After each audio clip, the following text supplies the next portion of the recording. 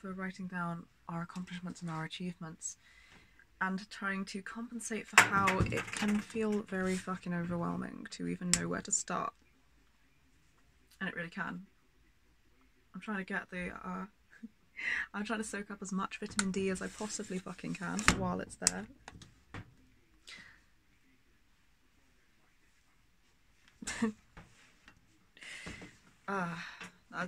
That was kind of doable. So one more thing we did is we have an extra book. Instead of, like, we have our journal book for just journaling, and then we have our, what we've called it is our action plan list book. Action plan book. Because learning how to take action and the fact that we can do that is something that was kind of taken from us from trauma. Taken from us from birth, from trauma. And it's something that we've had to be relearning. It's a very empowering concept to know that there are actions we can take that is in our control. The environment, the outcome, the outside world, other people's actions, not our responsibility.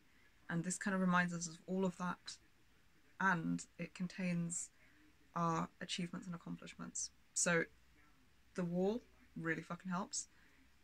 And we have this, where anytime we need to do anything and we're feeling overwhelmed or there's too many things in our head and we just can't tell what to do, we break it down into steps, and sometimes we break those steps down into steps. So we might have the steps, and then in each following page we might have each step broken down into further steps. It's really important to, like, do the self-reassurance and self-validation work to go, this is beyond acceptable and good enough. It's not making it too easy. It's not, like, pathetic that we need to do this. It's fucking amazing that we can find ways to carry all of the heavy shit we carry and hold all of this fucking trauma and still find a way to be functional. And if breaking down tasks helps, goddamn, more power to us. So a lot of therapy work has come under being able to use it as the part of me that is a persecutor. And then we have say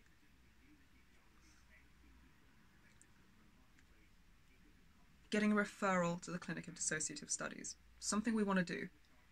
We've had it on the back burner for a little while we just had so many things that we had to prioritize, and we had to just pick which one was the most important out of stuff that is all phenomenally important. So that's coming up, but we have things that we may need to do, and it's just bullet point and checkbox. So action plan list, which would involve emailing our therapist for a cover letter, emailing our GP for a cover letter, collating all of the various interactions we've had with mental health professionals over the years that show evidence of dissociative disorders and identity fragmentation, and then just, like, you know, it breaks down each action piece by piece. Then it's no longer in my head and it's here. It makes it easier to do things, and then when I have done it, I have this whole page of tick boxes where I can see everything I have fucking done, everything we have fucking done. And I remember fighting so hard to do it. We have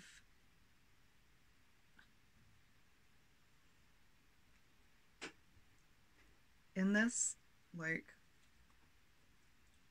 whole fucking, let me just cover up our case number, but we have, like, whole pages of you can, let's just see the tick boxes dotted around. You can see the formats, all you really need to see, where we broke it down each action step by step when contacting the police to report our abuser, Greg, you cunt, and working out how to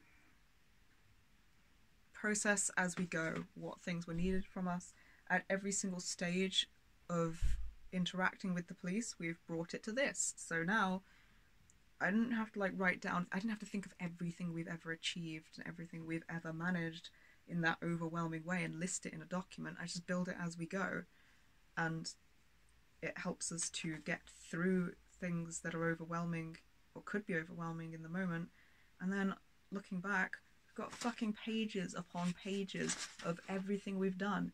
That's a massive achievement spanning many pages, where every piece of, like, making an entire folder of evidence was broken down so I could see everything we've done in every way. And there's so many steps to it that were all accomplishments that I can see looking back.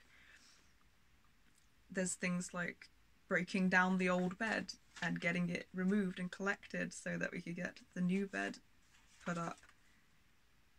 Getting ready for today because I was having a really overwhelming day, and sometimes it's just like, it's not all big things, everything is an achievement. Getting ready for a day and like self-care and getting through a really hard day is as big an achievement as fucking reporting an abuser when you live with CPTSD. I think just fucking surviving, and then everything you do that links to that, fighting for you, it's all a fucking achievement.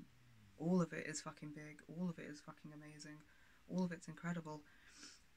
And there's like pages upon pages of ticked boxes with action plans for various days, more police contact,